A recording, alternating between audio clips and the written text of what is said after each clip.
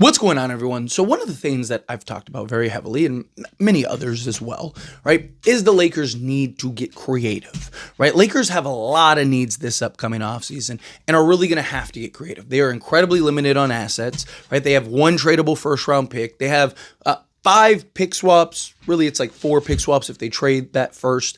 So it's called 1 first, 4 pick swaps, a second, Dalton Connect, Austin Reeves, and then a bunch of expiring contracts, right? Rui Hachimura, I do think, would have some value to many teams because of his ability to play at either forward spot, still young enough, still progressing, right? He's really carved out, just the ability to be that off-ball catch-shoot 3 guy, but also a guy that can create. And I do think, and I've even talked about it with the Lakers, right? He's a guy I would love to see, give him the ball and let him go to work, right? He's got one of the better mid-range shots in the league, right? But Lakers, again, need to find and be creative. And sometimes that's as simple as just taking a flyer on a guy and hitting, right? Sometimes it's, hey, you get somebody that can give you immediate production with the 55th pick, right? You go, Sion James is a guy that I've talked about out of Duke, right? Like a 6'6", versatile wing, kind of like a Lou Dort type. Is he a guy that can come in, slot in, and have an immediate impact? Not somebody that I'm expecting to be a starter or,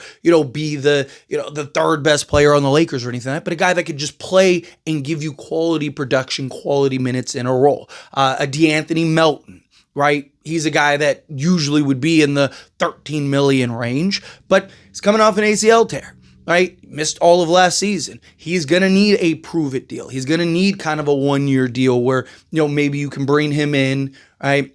Give him a vet minimum contract, and if it hits, perfect, right? If he could even be half of what he was pre-injury, that's better than 90% of this Lakers roster, right? A legit 3-and-D style guard that can defend multiple positions, play either guard spot for you, right? Guys like that. The other route is via trade, right? Yes, the straightforward trade of a Nick Claxton, but can you get a Nick Claxton and a Zaire Williams, right? That could be the difference. Can you, pull out a deal with, Utah, right? And let's say you can land a Walker Kessler. Well, can you get a Walker Kessler and a Hendricks? Or, could you get, maybe a Colin Sexton or a John Collins in the deal, right? Where maybe you wouldn't look at that otherwise, but it's man, we really need some athleticism, really need some pieces. But are the Lakers capable of really getting creative outside of the box? Right? Things that I've talked about is, again, a lot of creativity comes from being simplistic, right? Sometimes the simple answer is the best answer, right? Can you just be a team that gets involved as the third or fourth team in trades, right? So yeah, be the third or fourth team in a trade, right? Use a Giannis trade as an example, right? You look at a team like the Milwaukee Bucks, they can't bottom out. They don't own any of their draft picks.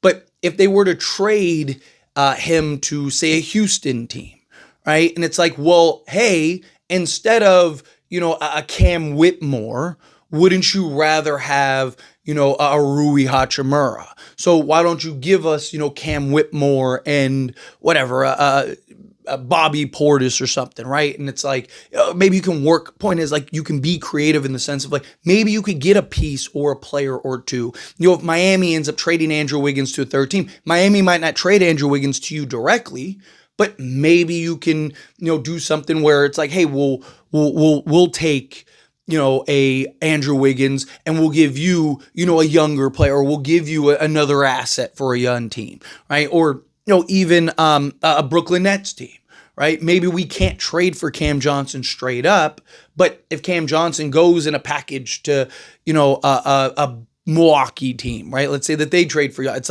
hey, we want Nick Claxton and we want Cam Johnson. We'll give you and trade you assets and, Dalton Connect or whatever. Now you kind of get those pieces. Point is the Lakers, again, kind of thinking and getting outside of the box a little bit, right? Are the Lakers even capable of that, right? You look at kind of Lakers' track record, right? A lot of the trades fell in the Lakers' lap, right? The Luka trade. Now, granted, right, and I even defended, right? You still have to negotiate that, right?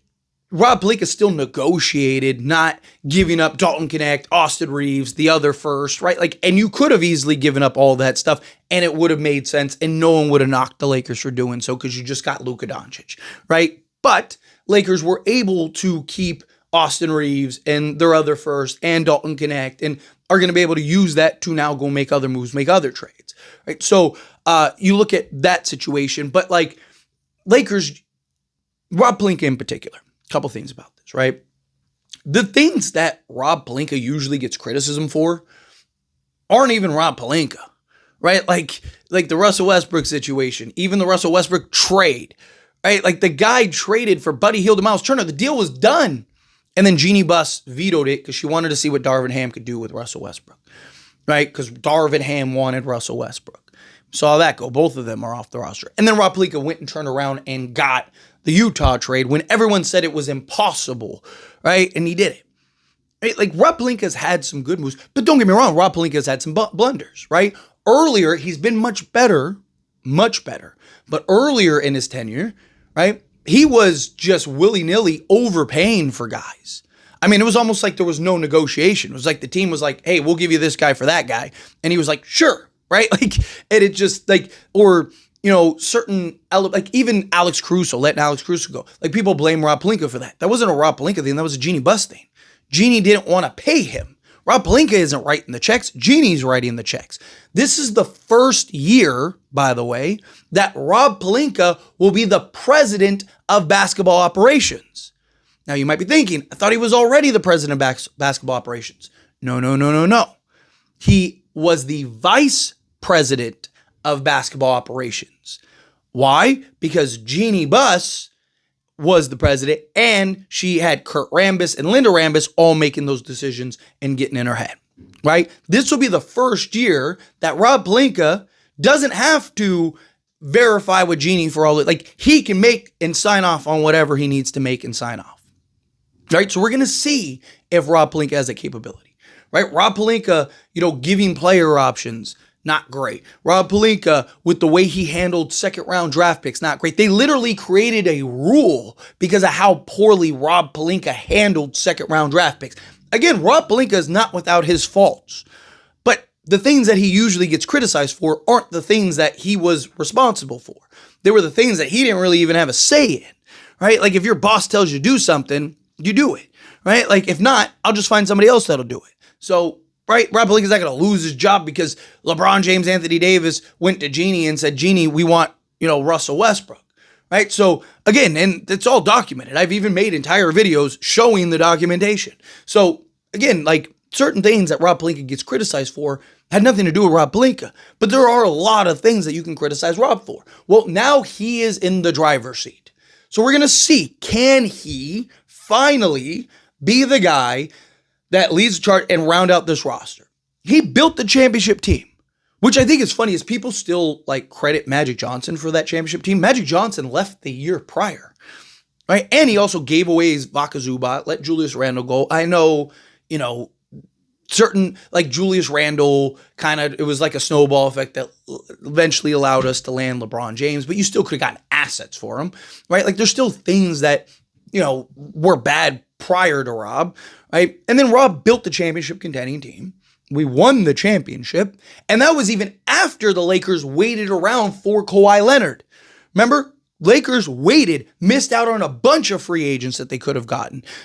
I mean, multiple players that wanted to go to the Lakers that they weren't able to get because they were waiting for Kawhi Leonard. And then Kawhi Leonard spurned them, and he was still able to put together a roster and go get Danny Green and Rondo and all these other guys, right? So they were still able to go and get the pieces necessary to win a championship. And then the next year, upgraded the roster. Lakers were once again the best team in all of basketball and looked very primed and ready to go and repeat. People were talking about Rob Pelinka as GM of the year, and then all the injuries happened, right? LeBron ended up, basically being on one leg towards the back end of the season and in the playoffs. You had Andre Drummond, who even came. He ended up getting a toe injury. Dennis Schroeder ended up getting COVID, and he was never the same after COVID, right? You went and took a flyer on Marc Gasol, and he had his moments, but for the most part was not what he was the previous go-around when he won a championship with Toronto, right? There was several things that kind of fell apart, and then we get to the playoffs, and we're still up 2-1 against the Phoenix Suns, looking like we're about to be up 3-1 against Phoenix,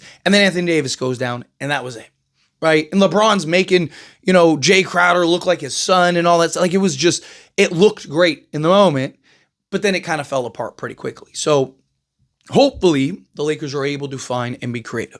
I have faith in Rob Pelinka. Rob Pelinka has pulled some rabbits out of his hat, but he's got some work to do, right? And we can't be doing the whole excuse, right? Obviously, I want to continue to remain patient, right? No trade is better than a bad trade, but you got to find some solutions. I don't want to hear like, oh yeah, we tried our best, but there was not, like, you need to find that something, right? Got to figure it out.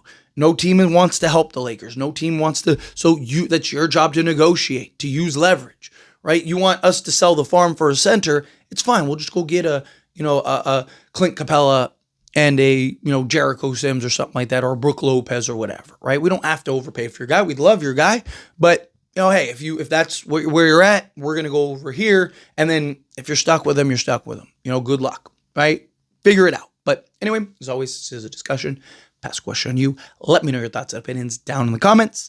That being said, if you haven't liked this video, hit that like button. Helps me a lot. So we enjoy these types of videos, and I truly appreciate it. Not subscribe channel, hit that subscribe button. Turn on the bell notifications. Appreciate y'all. See you in the next one. Thank you.